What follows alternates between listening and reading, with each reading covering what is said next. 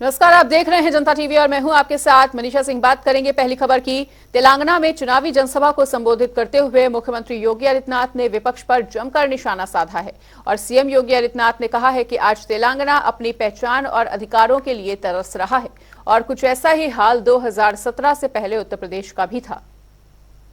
आज तेलंगाना का है भाइयों बहनों, वैसा ही 2017 के पहले उत्तर प्रदेश का भी हुआ करता था।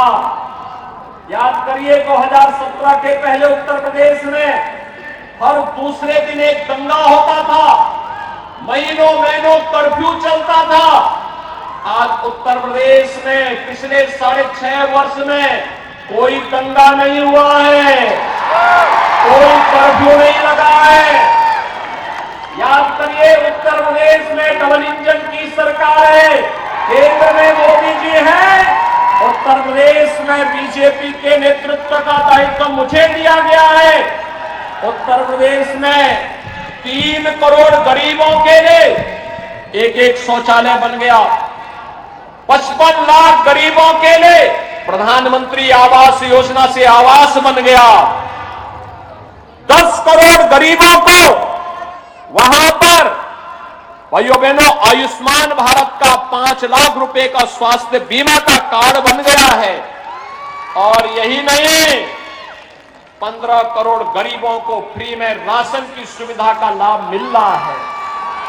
भाइयों बहनों, वहां पर 6 लाख गरीबों, 6 लाख नौजवानों को हमने सरकारी नौकरी दे दी है और 1 करोड़ 61 लाख नौजवानों को उत्तर प्रदेश में जो निवेश हुआ है उस निवेश के माध्यम से रोजगार के साथ जोड़ने का काम भी किया है। उत्तर प्रदेश में 2 करोड़ 52 लाख किसान प्रधानमंत्री किसान सम्मान निधि का लाभ भी ले रहे हैं। लेकिन भाइयों बहनों, आपके तेलंगाना में यहां का नौजवान भटकने के लिए मजबूर है, यहां का किसान आत्महत्या करने के लिए मजबूर है, क्योंकि यहां की सरकार केवल शोषण कर रही है, यहां पे पेपर लीक की घटनाएं हो रही है। आप मुझे बताइए कि जो मुख्यमंत्री और जो सरकार परीक्षा नहीं करा सकती, क्या वे राज्य का संचालन कर सकती है क्या? उत्तर प्रदेश के पूर्व डिप्टी सीएम और राज्यसभा सांसद दिनेश शर्मा सनातन यात्रा में शामिल होने के लिए कानपुर पहुंचे, जहां उन्होंने विपक्ष पर जमकर निशाना साधा। दिनेश शर्मा ने कहा कि विपक्ष सनातन के लिए खतरा है और वो इसे खत्म करने के लिए खड़ा है।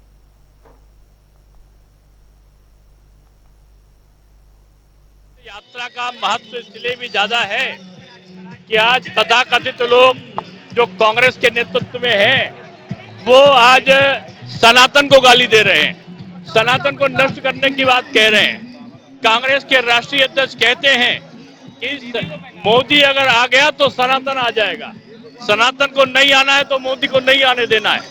इस प्रकार की बयानबाजी और हिंदू देवी देवताओं को गाली देना, ये एक तरीके का राष्ट्र का अपमान है।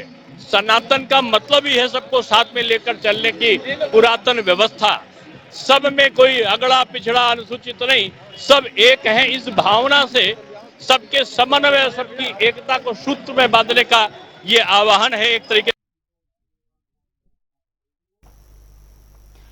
उत्तर प्रदेश विधानसभा के शीतकालीन सत्र की शुरुआत होने वाली है। ऐसे में विधायक किस रणनीति के साथ और किन समस्याओं को लेकर सत्र में शामिल होने वाले हैं और साथ ही सत्र और लोकसभा चुनाव को लेकर विधायकों ने क्या क्या तैयारियां की हैं, इसे लेकर हमारे संवाददाता आरती त्रिपाठी ने कानपुर के गोविंद नगर विधानसभा क्षेत्र से बीजेपी विधायक सुरेंद्र मैथानी से खास बातचीत की। सुनिए।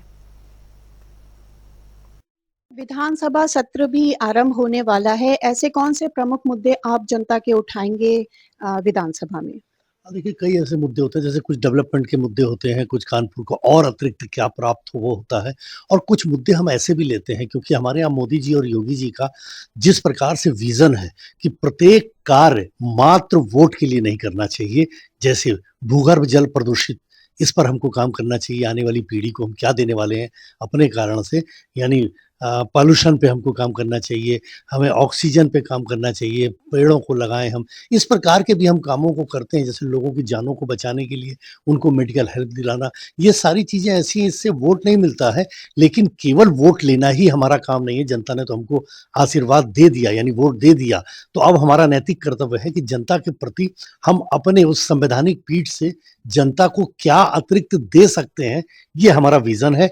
जिस विज़न के आधार पर आदरणीय मोदी जी और योगी जी से प्रेरणा लेकर के हम सब लोग लगातार जनता को बहुत कुछ अतिरिक्त भी देने का काम अपने उस सदन के माध्यम से भी करते हैं, और अभी भी सदन के माध्यम से हम बहुत सारी चीज़ों को जनता के लिए लेकर आएँगे। जी, तो लोकसभा चुनाव में कितनी सीटें लाने की संभावना है बीजेपी की? लोकसभा चुनाव में हमें तो जो दिखाई देता है, बाकी तो जनता जनार्दन का निर्णय सिर माथे पर होता है, लेकिन हमें जो दिखाई देता है कि 80 की 80 सीटों पर भारतीय जनता पार्टी लीड कर रही है, जीत रही है, क्योंकि हमारे पास जो विश्व का अद्वितीय चेहरा आदरणीय नरेंद्र मोदी जी के रूप में है, जिन्होंने प्रत्येक क्षेत्र में, आप देखिए कि आज टनल में फंसे हुए 41 मजदूर, आप याद करिए पिछले समय अगर कांग्रेस की पार्टी होती, कोई उनका पुछवार नहीं होता और वहीं वो दफन हो जाते, इनको कोई मतलब नहीं होता। आपको याद होगा चेचक और हैजा जैसे तमाम बीमारियां आई थी, वायरस आए थे, इन्होंने कभी कोई वायरस के लिए कोई वैक्सीन नहीं बनाई, और मोदी जी ने कोरोना में लोगों की जान बचाते हुए उसी पीरियड में वैक्सीन बना करके, वैज्ञानिकों का हौसला बढ़ा करके और दूसरे देशों को भी, गरीबों को दिया। ये केवल विजन की बात होती है और कुछ नहीं, कि सरकार को भी गरीबों और जरूरतमंदों को समर्पित कर रहे हैं, देश के मान को भी बढ़ा रहे हैं, सीमाओं को भी सुरक्षित कर रहे हैं, भारत को आर्थिक उन्नति पर भी लेकर के जा रहे हैं, धार्मिक क्षेत्र और आध्यात्मिक क्षेत्र पर भी भारत को बढ़ा रहे हैं, योग को बढ़ावा दे रहे हैं, पूरा विश्व भारत का अनुकरण कर रहा है। ये कभी नहीं ऐसा हुआ। एक प्रधानमंत्री जी को आपने कभी किसी प्रधानमंत्री को देखा कि गले में एक कंठी की माला होकर के और भगवान शिव का दर्शन कर रहे हो, पूजा कर रहे हो, गंगा में स्नान कर रहे हो? ऐसा आपने कभी किसी प्रधानमंत्री को नहीं देखा होगा। धन्य है हम लोग कि हम उस युग में राजनीति में सेवा का काम कर रहे हैं, जिस युग में धरती पर मोदी और योगी जैसे लोग हैं।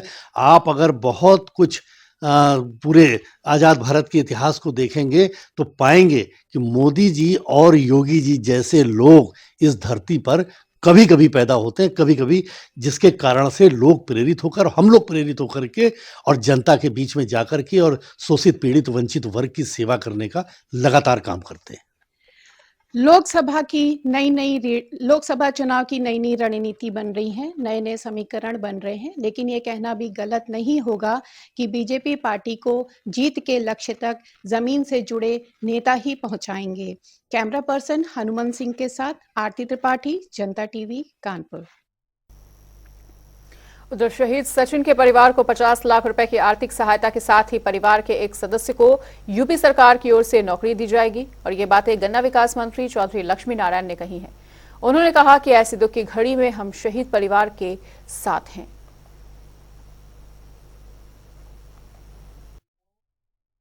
उत्तर प्रदेश सरकार की ओर से मैंने स्वीकृति पत्र दिया है। 50 लाख रुपए सीधे उनके पिताजी और माताजी के खाते में आएंगे। एक व्यक्ति को उत्तर प्रदेश सरकार की ओर से हम लोग नौकरी देंगे। इसके अलावा हमारे जनप्रतिनिधियों ने, आदरणीय ऋषिपाल सिंह जी ने उन्हें गेट के लिए कहा है। संभवतः हमारे जो राज्य मंत्री हैं उन्होंने भी कुछ योगदान के लिए कहा है। उनके सांसद जी ने, सभी लोग उनकी हमेशा ये एक ऐसी याददाश्त बनी रहे जिससे एक नौजवानों के लिए भविष्य में प्रेरणा मिलती रहे। वैसे दुख की घड़ी है, इसकी पूर्ति माँ बाप के लिए, भाई बहन के लिए कोई नहीं कर सकता, लेकिन ये एक गौरव का क्षण भी है। एक व्यक्ति केवल एक परिवार की धरोहर नहीं, वो पूरे देश की धरोहर बन गया। प्रदेश में हलाल प्रोडक्ट्स पर बैन के बाद विपक्ष लगातार सरकार पर हमलावर है, और इसी कड़ी में कांग्रेस नेता इमरान मसूद का बयान भी सामने आया है। उन्होंने सरकार पर वोटों के ध्रुवीकरण करने का आरोप लगाया, और उन्होंने कहा कि सरकार बेमतलब का मुद्दा बना रही है।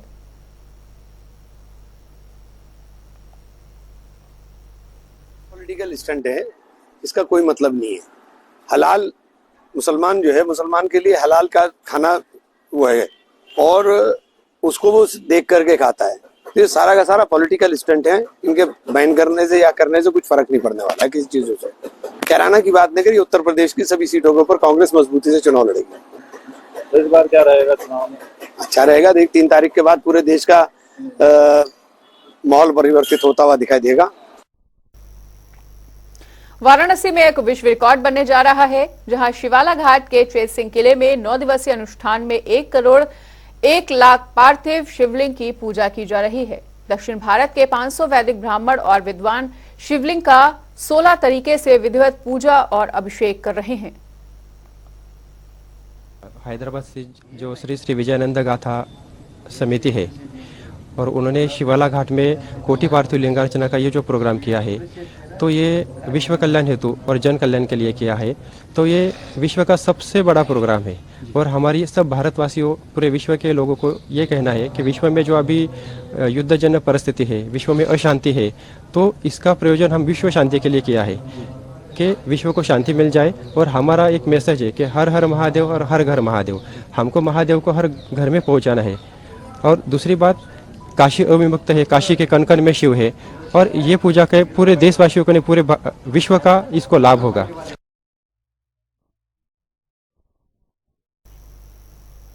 और इसी बीच एक बड़ी खबर का रुख कर लेते हैं। बड़ी खबर, बड़ी जानकारी हमीरपुर से सामने आती हुई इस वक्त का बड़ा अपडेट आपको हमीरपुर से बता दें। आपको बता दें कि हमीरपुर के नेशनल हाईवे 34 पर भीषण सड़क हादसे की खबर सामने आ रही है और यहां पर यमुना पुल पर चलती गाड़ी में अचानक से आग लग गई और आग का गोला बन चुकी है ये बोलेरो कार, जो तस्वीरों में आप देख सकते हैं। महिला और बच्चों समेत 5 लोग इसमें सवार थे और चालक की सूझबूझ से सबकी जान को फिलहाल के लिए बचा लिया गया है। ये गनीमत रही। समय रहते सभी को गाड़ी से नीचे उतारा चालक ने। तो हमीरपुर से ये बड़ी खबर, बड़ी जानकारी आपको बता रहे हैं, जहां तस्वीरें देख के किसी का भी दिल दहल उठता है, किसी का भी दिल दहल सकता है। तस्वीरें देखिए कि किस तरह से धू-धू करते हुए ये बोलेरो गाड़ी चल रही है और चालक की सूझबूझ के चलते इसमें बैठे हुए सवारियों को बाहर निकाला जा सका और चालक की सूझबूझ से सभी की जान बच सकी। तो समय रहते सभी को गाड़ी से नीचे उतारा चालक ने। और हमीरपुर से ये इस वक्त की बड़ी खबर, बड़ी जानकारी आपको बता रहे हैं, जहां नेशनल हाईवे 34 पर भीषण सड़क हादसा हो गया था और इस हादसे में यमुना पुल पर चलती गाड़ी में अचानक से भीषण आग लग गई और बोलेरो जो कार है वो देखते ही देखते आग का गोला बन गई। महिला और बच्चों समेत 5 लोग इस गाड़ी में सवार थे और चालक की सूझबूझ के चलते सबकी जान को फिलहाल के लिए उसने बचा लिया है। समय रहते ही सभी को गाड़ी से नीचे उतारा चालक ने और इस तरह से सबकी जान बच सकी। तो हमीरपुर के नेशनल हाईवे 34 पर यह भीषण सड़क हादसे की खबर सामने आई। गनीमत यही रही है कि फिलहाल जान माल का किसी भी तरह का कोई नुकसान नहीं हुआ है, लेकिन हाँ, गाड़ी की हालत देख के ये जरूर लग रहा है कि अगर इस गाड़ी में लोग मौजूद रहते तो फिर उनका बचना बेहद मुश्किल हो जाता।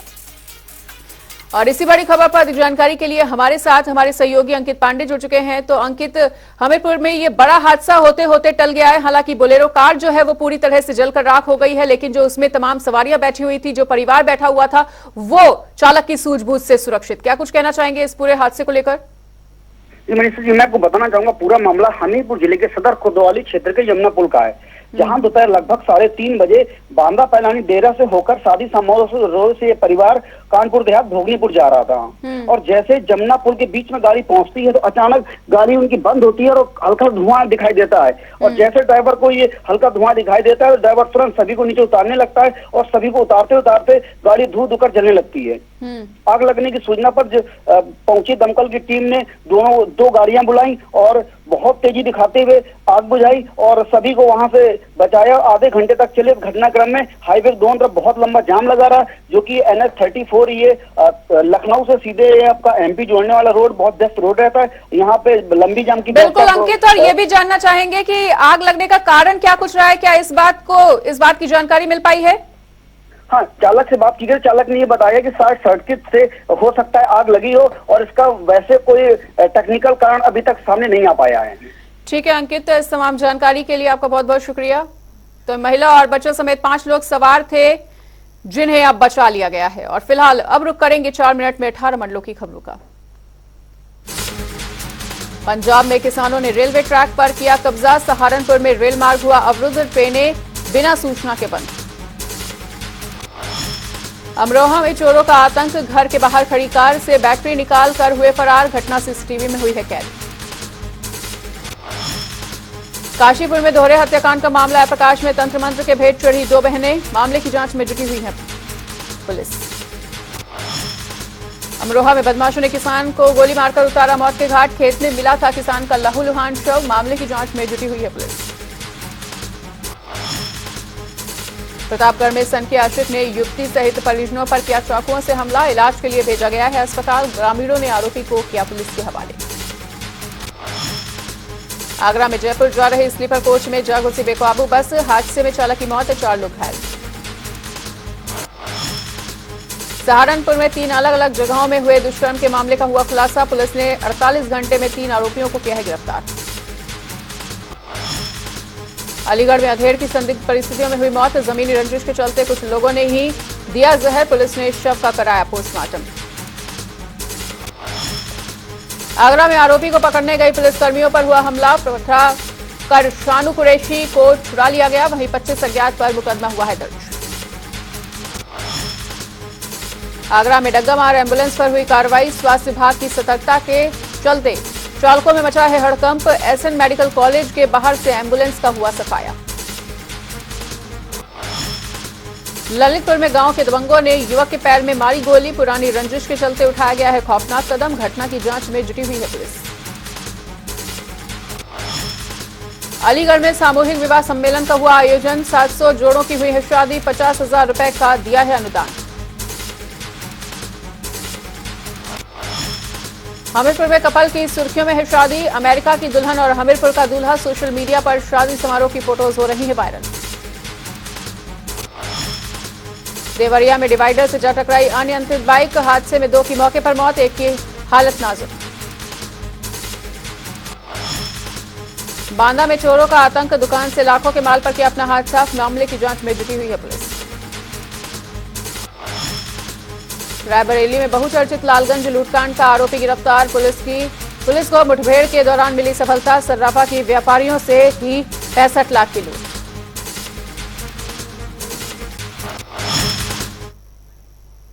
और फिलहाल इस तक के बुलेटिन में इतना ही। खबरों का सिलसिला लगातार जारी है, देखते रहिए जनता टीवी।